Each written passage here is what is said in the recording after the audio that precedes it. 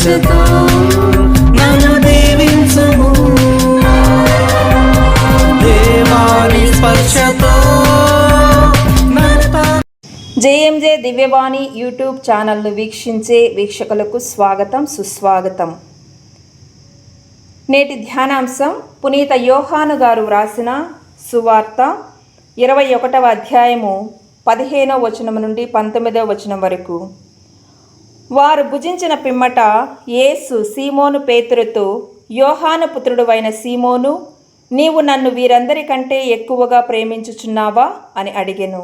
అందుకు పేతురు, అవును ప్రభు, నేను నిన్ను ప్రేమించుచున్నానని నీవు ఎరుగుదువు అని సమాధానమిచ్చెను.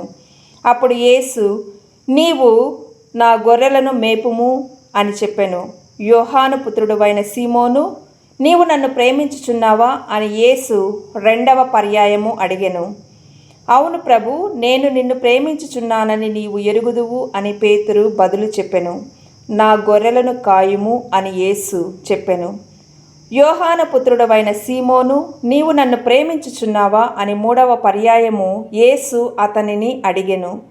నీవు నన్ను ప్రేమించుచున్నావా అని యేసు మూడవ పర్యాయము అడిగినందున పేతురు మనసు నొచ్చుకొని, ప్రభు, నీకు అంతయును తెలియను, నేను నిన్ను ప్రేమించుచున్నానని నీవు ఎరుగుదువు అనెను. అప్పుడు యేసు, నా గొర్రెలను మేపుము అనెను. ఆయన అతనితో, నేను నీతో నిశ్చయముగా చెప్పుచున్నాను.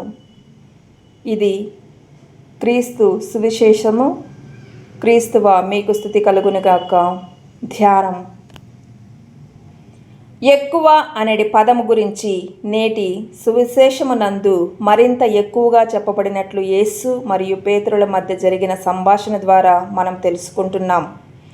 క్రైస్తవులుగా మనము కేవలం మంచిగా ఉంటే సరిపోదని, ఆదర్శవంతంగా జీవిస్తే జీవించవలెనని యేసు పేతురును 3 పర్యాయములు అడిగిన ఒకే ప్రశ్న ద్వారా ప్రస్ఫుటమవుతుంది. భవిష్యత్తులో సీమోను పేతురు మోయవలసిన అత్యున్నత బాధ్యతకు యేసు పునాది వేయిచు పేతురు నుండి నిర్దిష్టమైన సమాధానమును రాబట్టారు. తద్వారా పేతురును మూలరాయిగా పిలుస్తూ శ్రీసభ నిర్వహణ బాధ్యతను అప్పగించారు. ఈ సువార్తా పఠనంలో పేతురు తన స్వార్థమును వీడి మంచి కాపరిగా మారుటకు యేసు అడిగిన ఒకే ప్రశ్న ఎంతో దోహదము చేసినదనుటలో సందేహము లేదు.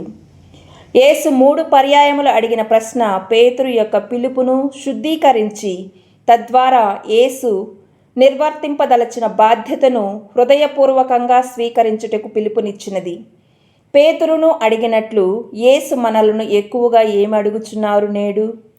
సర్వమును విడనాడి మన దైవ పిలుపును మనస, వాచ, కర్మన స్వీకరించుకొని మనకు అందించబడిన బాధ్యతను పూర్తిగా విశ్వసనీయతతో నెరవేర్చుటకు సిద్ధముగా ఉన్నామా?